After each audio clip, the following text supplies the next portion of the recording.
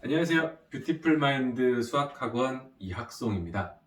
자, 오늘은 이제 진선여고, 강남구 대치동에 위치한 진선여고의 1학년 1학기 중간고사를 분석을 한번 해보려고 해요. 이제 기존에 이제 2018년도부터 해서 19년, 20년도 3년치 정도를 이제 확인을 해봤고요. 자, 그러면 이제 학교 시험지를 분석을 하기에 앞서서 학교에서 어떤 식으로 수업이 진행이 되는지에 대해서 간단하게 알아볼 필요가 있을 것 같은데, 일단은 교과서 같은 경우에는 지약사 출판사를 사용을 하고 있고요. 그리고 부교재, 작년 같은 경우에 2020년도 같은 경우에는 알수학이라는 문제집을 시중교재를 사용을 했었던 걸로 확인이 되고, 그리고 이제 추가적으로 이제 프린트를 이제 활용을 해서 수업을 나가고 있는 것으로 알고 있습니다. 그리고 이제 작년을 제외하고는 이제 중간고사 시험 범위가 이제 다항식의 연산부터 이제 여러 가지 방정식까지 그리고 이제 진행이 됐었는데, 작년 같은 경우에는 이제 아무래도 코로나19의 영향 때문인지 2차 함수까지로 시험 범위가 이제 세팅이 되었었던 걸로 확인이 되고 있어요. 그리고 이제 문항수 같은 경우에는 20문항 요거는 변하지 않고 쭉 유지가 되고 있어요. 하지만 이 안에서 서술형, 그러니까 서술형 객관식 요거에 이제 문제 배치, 배 개수 요런 차이가 조금은 있어요. 그래서 이제 대략 15에서 17문항 정도가 이제 객관식, 그리고 이제 3개에서 5개 정도가 이제 서술형 이런 식으로 이제 구성이 되어 있고, 이제 점수 배열, 점수 이제 분배 같은 경우에는 객관식이 한 70점, 70점, 그리고 이제 서술형이 30점. 물론 작년 같은 경우에는 조금 특이하게도 75점, 25점으로 이제 분배가 되어 있다라는 것을 이제 알 수 있습니다. 자, 그러면 이제 문제가 이제 난이도가 어느 정도로 진행이 되는지, 학교 시험 문제가 어느 정도로 구성이 되어 있는지를 이제 확인을 해봐야 되는데, 일단은 강남구 대치동 기준으로 봤을 때는 좀 평이한 수준의 문제다라고 이제 말씀을 드릴 수 있는데, 평이한 수준이라는 게 좀 애매하잖아요. 그래서 이제 좀 더 구체적으로 알아보면은 어려운 문제들은 한 4개 정도, 그러니까 이제 서술형에 뭐 한두 개, 그다음에 객관식에서 한두 개, 뭐 두세 개, 이 정도 해가지고 이제 5개, 4개, 5개 정도가 이제 난이도 높은 문제들로 구성이 되어 있고, 나머지는 좀 일반적인 시중교재 또는 평범한 문제들로 이제 구성이 되어 있습니다. 자, 그러면 이제 난이도를 높이는 방법이라든가 이제 뭐 난이도가 어떤 식으로 구성이 되는지에 대해서 이제 간단하게 이제 말씀을 드리면, 이제 크게 두 가지 패턴이 있어요. 정말로 어려운 문제를 활용을 해서 이제 시험지 전체적으로 뜨악하게 만들어주는 방법이 있는가 하면은, 중간중간에 어려운 문제를 끼워 넣거나 아니면 쉬운 문제를 어려운 문제 사이에 끼워 넣는 방법으로 해서 학생들을 당황하게 하는 형태로 난이도를 좀 이렇게 좀 세팅? 이렇게 하는 경우가 있는데, 진선여고 같은 경우에는 지극히 평범한 패턴으로 가고 있어요. 되게 깔끔하죠. 어려운 문제 맨 뒤로, 쉬운 문제 맨 앞으로. 그래서 이제 차근차근 단계적으로 올라가는 구성을 띠고 있고, 이제 객관식이 정점을 찍고 서술형은 다시 낮은 데부터 또 출발을 해요. 그래서 이제 문제풀이 전략에도 이제 활용을 할 수 있겠죠. 이제 좀 쉬운 문제를 좀 빨리 풀고 어려운 문제 한두 개 남기고, 서술형에서 또 쉬운 문제 풀고 다시 돌아온다던가 하는 패턴을 이제 활용을 할 수가 있을 거라고 봅니다. 자, 그러면 이제 문제 구성을 이제 봐야 되는데, 대략 한 60% 정도, 시험 문제에서 대략 한 60% 정도는 교과서에서 유사한 패턴 또는 동일한 문제들이 출제가 되고 있는 걸로 확인이 돼요.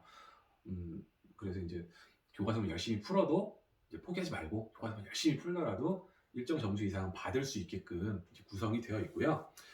그리고 이제 나머지 40%를 이제 조금 집중적으로 볼 텐데, 20%, 20%씩 나눠서 이야기를 해볼게요. 그러면 일단은 이제 교과서 60%그 뒤로 붙는 문제들이 어느 정도 수준이라면은, 일반적으로 이제 흔한 시중 교재들 있잖아요. 이제 그런 문제 수준이라고 보시면 될 것 같아요. 유형서, 뭐 블랙라벨, RPM, 뭐 이런 센, 블랙라벨은 조금 많이 갔나요? 네. 그러니까 뭐 센이나 RPM 정도 수준의 문제들이 구성이 되어 있고요. 물론 거기서도 쉬운 기본 문제가 아닌 중상 이상의 문제들이 나오게 됩니다. 자, 그러고 나면은 이제 20% 요게 이제 관건이죠. 이게 이제 난이도 높은 문제들인데, 이제 흔하지 않은 형태의 문제들이 출제가 되는 걸로 확인되고 있어요. 그러니까 좀 어려운 문제죠. 소위 말해서 어려운 문제인데, 한 가지 주제에 대해서 굉장히 깊이 있게 들어가서 이제 뭐 진입한별 문제, 기억, 니은, 디귿 해가지고 옳은 것을 고르시오. 여러분들 되게 싫어하잖아요, 이런 문제들, 그쵸? 근데 이런 문제가 조금 깊이 있게 들어가게 되면 굉장히 어렵게 느껴집니다. 그래서 이런 문제가 이제 좀 난이도 높은 문제로 포진하고 있고요. 아니면은 이제 여러 단원을 섞어서 하나의 문제에 녹여내는 문제들이 있어요. 그러니까 예를 들자면 2019년도에는 어떤 문제가 나왔었냐면 그 나머지 정리 단원과 2차 방정식의 근의 분리, 예, 요두 가지 내용이 섞여 있는 문제가 이제 2019년도에 좀 난이도 높은 문제로 포진하고 있는 걸로 확인됐습니다. 자, 그리고 이제 학교가 조금 스타일일 수도 있는데 복소수 문제가 좀 많이 나오더라고요. 예를 들어 이제 2020년도 같은 경우 작년이죠. 작년 같은 게 5문제예요. 물론 이제 작년에 범위가 좁았으니까 그렇다라고 볼 수 있는데 5문제나 출제가 됐다. 그럼 25%죠. 이 정도가 출제가 됐고 그 전해 2019년도 같은 경우 3문제인데 난이도가 좀 높았어요. 그러니까 이제 그 허근이라든가 오메가 이런 거 여러분들 많이 힘들어하잖아요. 그래서 그런 문제들 그리고 이제 주기 그리고 이제 뭐 나머지 이게 약수 이런 쪽으로 연결이 되어서 복소수가 좀 특이한 패턴으로 출제가 됐더라고요. 그리고 2018년도 같은 경우에도 역시나 5문제 25% 출제가 됐던 걸로 확인이 되고 그리고 이제 좀 번외지만 2017년도 같은 경우에는 좀 난이도가 높은 문제로 하나가 들어가 있었던 걸로 보여졌어요. 네. 그래서 이제 복소수 단원의 허근이라든가 이런 부분을 좀 더 심도 있게 다루게 되면은 좀 더 문제를 푸는 데 도움이 되지 않을까라는 생각도 해봅니다. 자, 그러면 이제 전략을 세워야겠죠. 이제 시험을 보게 되면은 이제 어떠한 형태로 공부를 했을 때 이제 좀 상위권에 올라갈 수 있는가 아니면 평소보다 좀 더 높은 점수를 얻을 수 있을 것인가라고 하는 것을 이야기를 할 수가 있는데요. 기본적으로 이제 중하위권 학생들 수학을 좀 약하다라고 판단을 한다거나 나는 잘 못해라고 하면서 스스로 좀 힘들어하는 친구들이 있어요. 그런 친구들도 포기하지 말고 교과서 문제 꼼꼼히 풀어보는 걸 추천을 드리고 싶어요. 일단은 아까도 선생님이 이야기를 했지만 그 60% 정도 못해도 50% 이상은 출제가 된다라는 거거든요. 이 정도가 교과서와 유사한 패턴, 동일한 패턴으로 출제가 되기 때문에 포기하지 말고 수업 시간에 열심히 수업 따라가면서 교과서 문제 열심히 풀어보세요. 그리고 교과서 문제를 풀어라라고 했더니 정말 문제만 푸는 친구들이 있어요. 그게 아니라 그 탐구 활동이라고 하는 것들 있잖아요. 그러니까 지학사 같은 경우 생각 키우기, 네, 뭐 역량 키우기 플러스 뭐 이런 내용들이 있더라고요. 그러니까 그런 내용들에 적혀 있는 것마저도 꼼꼼하게 읽는 형태로 공부를 하면은 네, 점수 잘 나올 것 같아요. 네, 그러니까 포기하지 말고 거기서부터 출발을 해보도록 하세요. 그러니까 시중 교재 뭐내 친구는 못 푼다더라, 이 친구는 못 푼다더라 해서 따라가지 말고 나는 내 길을 간다라고 생각을 해서 교과서부터 천천히 가는 습관을 기를 수 있도록 했으면 좋겠습니다. 그리고 이제 그 윗단계에 있는 중상위권 학생들 같은 경우에는 역시나 마찬가지예요. 교과서는 기본이에요. 교과서는 기본이고요. 유형설을 푸는데 이제 조금은 전략적으로 접근을 할 필요가 있어요.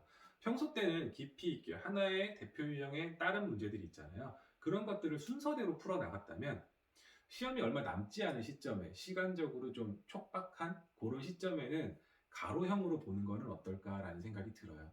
아까도 이제 문제가 난이도 높은 문제가 어떤 식이 있었냐면 한 가지 그러니까 하나의 문제 안에 여러 개의 단원이 이렇게 녹아 있거나 여러 주제가 담겨져 있는 문제들이 많이 출제가 되는데 그런 문제들 같은 경우에는 전체를 보는 눈을 갖고 있을 때 해결하기가 수월하거든요. 그렇기 때문에 가로형으로 즉 뭐냐면 유형별로 한 문제씩 풀고 지나가는 거예요.